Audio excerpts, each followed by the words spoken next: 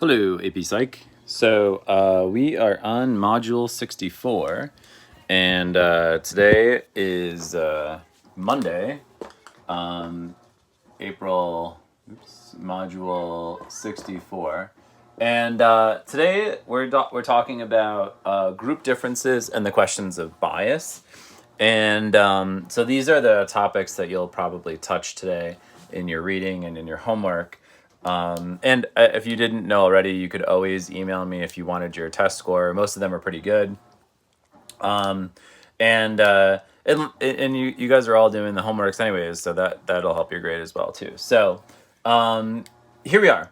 So they first start off talking about boys and girls and the differences between boys and girls' intelligence, and turns out that they're basically identical. They're very, very similar, and which kind of makes sense in terms of their species. Our species is, we're just about the same. It was like 100.6 and 100.5 were the two average IQ scores, which they did pick out a couple different things that I found were kind of interesting. Girls were better spellers. They were more verbally fluent, sensitive to stimuli like touch, and they were better at reading emotions. Boys were better at spatial ability and complex math problems. And boys, interestingly, there are more boys at low extremes and high extremes. So if you were using math to describe this, the girls' normal curve for IQ is something like that, where it's 100. Boys would be more like that, where they have more on the high end and more on the low end. So there'll be more boys who are intellectually disabled, and there'll be more boys who are genius level. But on average, they work out to be the same. So the boys are over here, and then girls are there. So in the developmental disability institute, you'll probably have a majority of those will be boys. But then at the very high end, where you have crazy geniuses and stuff, there'll probably be a few more boys there too. So, interestingly, the average score for boys and girls is about the same in terms of math. Even though you hear there's all these stereotypes about boys being better at math, it's actually not true. It's just at the extremes, it's true.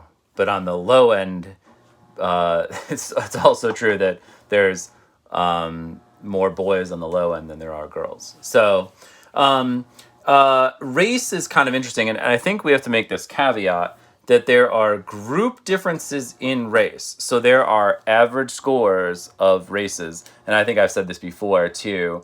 I believe it's the Sephardic Jewish population is, maybe I'm wrong on that. Is it Ashkenazi or Sephardic? I think it's Sephardic.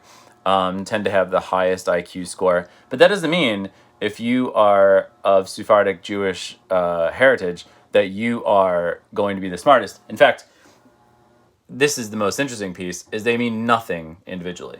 So there's no one should ever look at someone and look at their skin color and say, oh, you're part of that group, you must be this. That is pretty foolish. But there are group differences in race. It just means nothing to the individual. So you can't look at me and say, oh, you have red hair and you're bald, you must be this. Like, it doesn't mean anything. There's the group of red-haired bald people are whatever their intelligence is, it means nothing to me. So and in fact, I always found this quote really interesting. There's larger differences, genetic differences, between two random people from Africa than if you had one person from Africa and one person from Europe. There's so much genetic diversity in Africa, and people always wonder about grouping people as a group. Like, there's flaws in this because, just because of the color of somebody's skin, what are you classifying as a group here? There's more difference between a black person from Africa and a white person from Europe there's less of a difference genetically from then than there could be between two black people from Africa. So it's kind of nutty that we even have to make this qualification, but there have been a lot of studies on that, so they decided to put that in there. Now, is testing biased? And there's two meanings of bias. Against a particular group. If I'm asking questions about yachts and about expensive restaurants, and I'm giving that to somebody who's poor and has no idea what that's all about, I believe that would be considered biased against a particular group. And then questions of validity, like, is the data that you're showing from test scores valid? Does it predict what it's supposed to? So in some senses, yes. There's some interesting arguments in here on both of these cases that I've read, but it's I don't know. I really don't find this particular this stuff really interesting, other than how to counteract people thinking that because there's group differences in race, there must be something individual for that person, and that's considered stereotype threat, which is Steele and Aronson were two big psychologists who were proponents upon mitigating the stereotype threat. So the stereotype threat is a self-confirming concern that one will be evaluated based on a negative stereotype. Okay, so if you are constantly thinking as a blah blah blah person that you're going to be thought of differently, or expected to behave a certain way, and then that lowers your score, that would be the stereotype threat.